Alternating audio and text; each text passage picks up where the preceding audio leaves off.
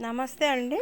విశ్వాసనామ ఉగాది శుభాకాంక్షలు అందరికీ. నేను ఈరోజు ఉగాది రోజు భక్షాలు, చిత్రాన్నము, వడలు, పెరుగు వడలు చేశాను. అవి ఎలా చేయాలో చూపిస్తున్నాను. ముందుగా మైదాపిండి, పేనిరవ్వ బాగా జల్లెడ పట్టుకోవాలి. ఏదైనా పురుగు ఉంటే పోతుంది కాబట్టి జల్లెడ మాత్రం పట్టుకోవాలి. మైదాపిండిలో చిన్న చిన్న ఉంటుంది. ఇదే మెత్తగా కలుపుకోవాలి పిండిని. ఈ మెత్తగా కలుపుకుంటేనే ఇది వస్తాయి భక్షాలు. కొంచెం నెయ్యి వేసి ఇలా మెత్తగా కలుపుకొని కొంచెం సేపు ఒక కవర్ అయినా సరే, తడిబట్ట అయినా సరే వేసి కొంచెం సేపు నాననివ్వాలి. అంతవరకు పప్పు కొంచెం సేపు నానబెట్టుకొని పప్పు ఉడకనివ్వాలి. మనం చిత్రాన్నానికి మామిడికాయను బాగా తురిమి పెట్టుకోవాలి. చిత్రాన్నానికి 3 ఒకసారి చేస్తున్నా కాబట్టి ఇది ఉడికే వరకు ఈ ఉడికిన తర్వాత పప్పు ఉడికిన తర్వాత బెల్లము వేసి కలిపాను వేడిలోనే. ఆ వేడిలో కలిపితే మంచిగా గ్రైండర్ చేసుకున్నప్పుడు ఇట్లా గట్టిగా వస్తుంది. ఈ పులిహోరకు ఈ మామిడికాయ పులిహోర చేయాలనుకుంటున్నాను. మామిడికాయ పులిహోరకు పోపు పాన్లో ఆయిల్ వేసి జీలకర్ర, ఆవాలు, పల్లీలు, కొంచెం శనగపప్పు కొంచెం ఎక్కువనే వేసుకోవాలి, మినపప్పు వేసుకొని బాగా కలుపుకొని కొంచెం కరివేపాకు, పచ్చిమిరపకాయలు, కొంచెం కొత్తిమీర వేసుకొని కొంచెం ఉడికిన తర్వాత మనం ఇలా తురిమి పెట్టుకున్న మామిడికాయను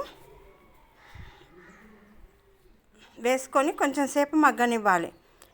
ఈ ఆయిల్లోనే కొంచెం సేపు మగ్గితే ఈ అన్నం వేడి అన్నంలో కలిపినప్పుడు చాలా బాగుంటుంది.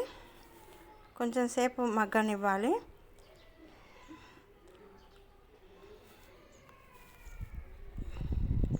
ఇది చాలా టేస్ట్ ఉంటుంది. కొంచెం పసుపు,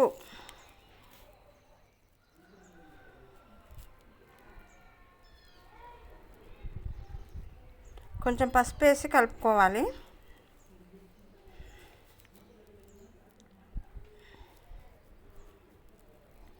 కొంచెం సేపు వేడి చేయాలి. కొంచెం వేడైన తర్వాత ఈ పోపు అయినట్టు ఈ పోపును ఈ వేడి అన్నంలో ఉప్పు కలిపిన అన్నంలో కొంచెం మామిడిది కొంచెం తురిమి పెట్టుకున్న మామిడిని పచ్చిది కొంచెం వేసి కలిపి ఈ పోపు మొత్తం వేయాలి.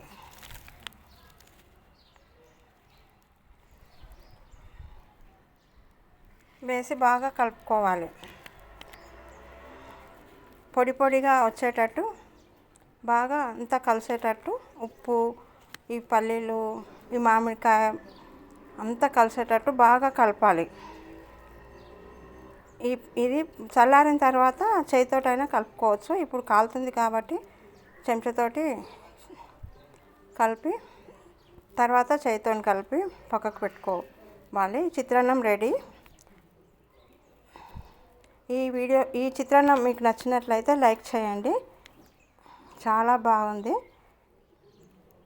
ఈ వడలు ఎలా చేయాలి, ఈ వడలు తర్వాత చూపిస్తా. ఇప్పుడు పప్పు చల్లారిన తర్వాత మిక్సీ చేసుకొని పెట్టుకున్నా. ఈ మిక్సీ చేసిన తర్వాత స్టవ్ మీద పెనం పెట్టి ఇలా భక్షం చేసి వేసుకొని ఆయిల్ వేసుకొని 2 పక్కల ఇలా కాల్చుకోవాలి. అలా కాలుతుంటే ఇంకొక భక్షం చేయాలి. ఈ పిండిలో ఇలా వెడల్పుగా ఒత్తుకొని వెడల్పుగా వస్తాయి. మైదాపిండి, ఈ పేనిరవ్వ వేసినట్లయితే చాలా బాగా వస్తాయి, వెడల్పుగా వస్తాయి. ఇలా 2 పక్కల మంచిగా కాల్చుకోవాలి ఈ భక్షాలు. ఈ కాలితేనే చాలా రుచిగా ఉంటాయి. ఈ భక్షము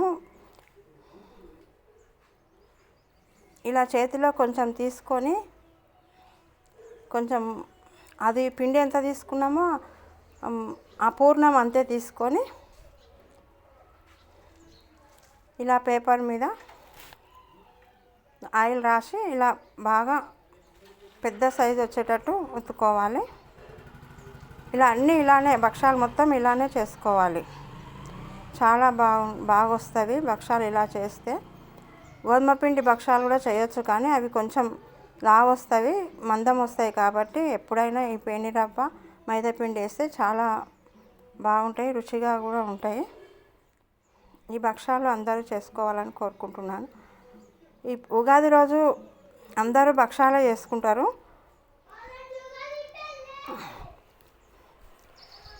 ఈ వడలకి మినపప్పు ఒక 8 గంటలు నానబెట్టిన ఈ మిక్సీ జార్లో మినపప్పు, పచ్చిమిరపకాయలు, పుదీనా, కొత్తిమీర, కరివేపాకు అన్నీ వేసి మిక్సీ చేసుకున్న తర్వాత మెత్తగా మిక్సీ చేసుకున్న తర్వాత ఒక బౌల్లోకి తీసుకొని కొంచెం అల్లం వెల్లిపాయ పేస్టు, కొంచెం ఉప్పు వేసి బాగా కలుపుకోవాలి. కొంచెం పసుపు వేసి బాగా కలుపుకోవాలి. కొంచెం పేనిరవ్వ వేస్తే చాలా బాగా వస్తుంది. మామూలు రవ్వ వేసినా సరే, పేనిరవ్వ వేసినా సరే, బొంబాయి రవ్వ అయినా సరే వేసుకోవచ్చు. చాలా బాగుంటాయి ఈ వడలు ఇలా చేసినట్లయితే. ఈ బాండీలో ఆయిల్ పోసుకొని ఆయిల్ వేడైన తర్వాత ఇలా చేయితో ఇలా వడలు వాటర్ అద్దుకుంటూ ఇలా చేయితోటే చేసుకోవాలి. వాటర్ అద్దుకుంటూ చేస్తే చాలా బాగా వస్తాయి. ఇలా చేసిన తర్వాత మనం బాగా కాల్చుకోవాలి. ఇటు ఒక పక్క కాలిన తర్వాత ఇంకొక పక్క కాల్చుకోవాలి. ఇది స్టవ్ మీడియం ఫ్లేమ్లో పెట్టుకోవాలి. మొత్తం పెద్దగా పెడితే లోపల ఉడకదు కాబట్టి మీడియం ఫ్లేమ్లో పెట్టి మంచిగా కలర్ వచ్చే వరకు బాగా కాల్చుకొని తీసుకోవాలి. ఒక బౌల్లో తీసుకోవాలి. పెరుగు వడలు చూపించాలనుకుంటున్నా కాబట్టి పెరుగులో కొంచెం ఉప్పు వేసి పెట్టుకోవాలి. స్టవ్ మీద పాన్ పెట్టి ఆయిల్ పోసుకొని తగినంత ఆయిల్ పోసుకొని దాంట్లో జీలకర్ర, ఆవాలు, మినపప్పు, శనగపప్పు వేసి కొన్ని పచ్చిమిరపకాయలు అవి కొంచెం వేడైన తర్వాత కొన్ని 2-3 ఎండుమిరపకాయలు వేసి కొంచెం సేపు వేగనివ్వాలి. అవి కొంచెం వేగిన తర్వాత కొంచెం కరివేపాకు బాగా కడిగి పెట్టుకున్న కరివేపాకు, కొంచెం కొత్తిమీర వేసి కొంచెం సేపు కలిపి కొంచెంసేపు మగ్గనివ్వాలి. ఈ పెరుగులో వడలు నానడం వల్ల చాలా రుచిగా ఉంటాయి, చాలా బాగుంటాయి. నేను ఎప్పుడు చేస్తుంటా అప్పుడప్పుడు, అందుకోసం మీకు చేసి చూపించాలని చూపిస్తున్నాను. ఈ మొత్తం పోపు మంచిగా ఉడికిన తర్వాత కొంచెం పసుపు వేసుకోవాలి. లాస్ట్కు పసుపు వేసుకొని ఈ పోపు అయిన తర్వాత ఈ పెరుగులో వేసుకోవాలి. ఈ వీడియో మీకు నచ్చినట్లయితే లైక్ చేయండి, షేర్ చేయండి, సబ్స్క్రైబ్ చేయండి. ఈ పెరుగు వడ చాలా బాగుంటుంది. ఈ అందరూ చేసుకోవాలని కోరుకుంటున్నాను. ఈ పెరుగులో చేసుకున్న వడలని ఒక్కొక్కటి వేసుకోవాలి. ఇది కొంచెం సేపు అయిన తర్వాత నానిన తర్వాత తింటే చాలా బాగుంటాయి. కొంచెం సేపు నాననివ్వాలి, ఒక 10 నిమిషాలు నాననివ్వాలి పెరుగులో వేసిన తర్వాత. పిల్లలకి చాలా మంచిది. బయటివి తినకుండా ఇవి అప్పుడప్పుడు ఇట్లా చేసి సాయంత్రం పూట చేసి పెట్టినట్లయితే ఇష్టంగా తింటారు పిల్లలు. ఈ వీడియో మీకు నచ్చినట్లయితే లైక్ చేయండి.